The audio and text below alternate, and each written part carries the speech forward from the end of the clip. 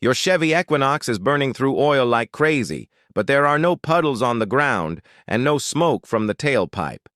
You do not need a new engine. The disappearing oil is caused by a blocked PCV orifice in the intake manifold, and you can fix this ghost problem yourself for about $15. The PCV system is designed to vent crankcase pressure back into the intake.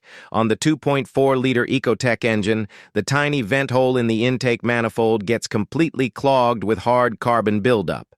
When this hole gets plugged, the pressure has nowhere to go. It forces the engine oil past the piston rings and into the combustion chamber.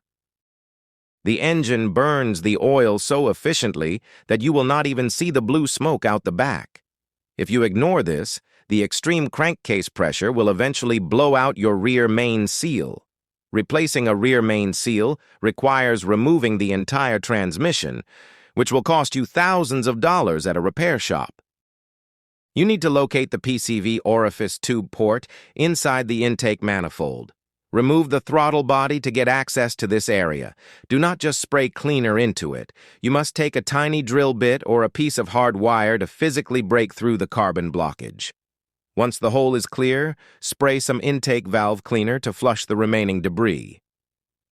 Replace your $15 PCV hose while you are in there, as they often crack from the extreme heat.